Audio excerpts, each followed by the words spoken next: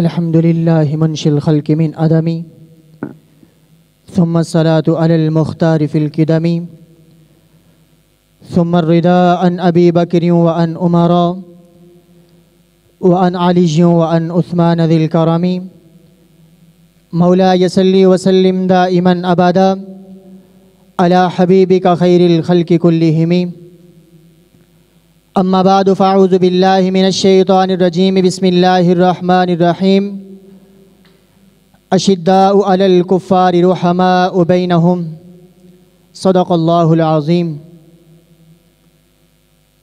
برسندلی افتخار نشستہ قدات محترم آقائے رئیس جمہور و شویندگان عزیز، السلام علیکم ورحمۃ اللہ وبرکاتہ.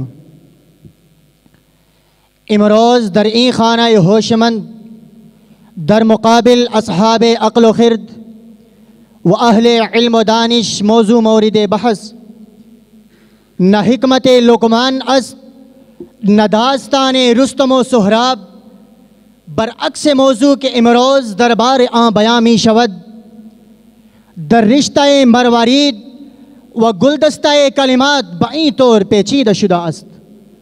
نقش سیدنا صدیق اکبر رضی اللہ تعالی عنہ در ثبات دولت مدینہ.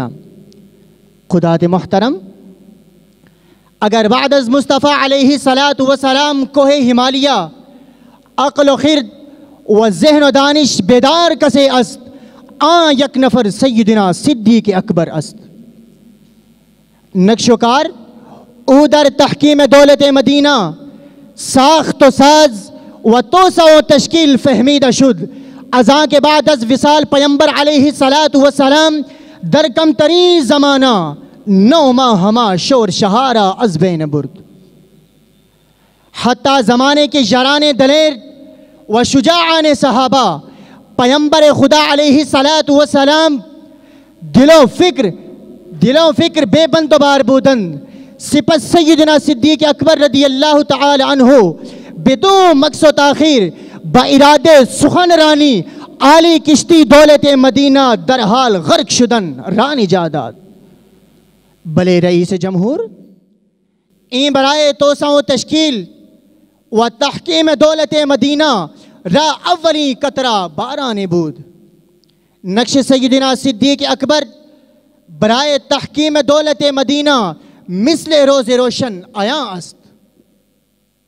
خدات محترم، یافتن را برائے آشتی در آتش احساسات و با توقف قتل و قتال و احساسات تلافی جویاں بین ہر دو گروہ موافقت کردن.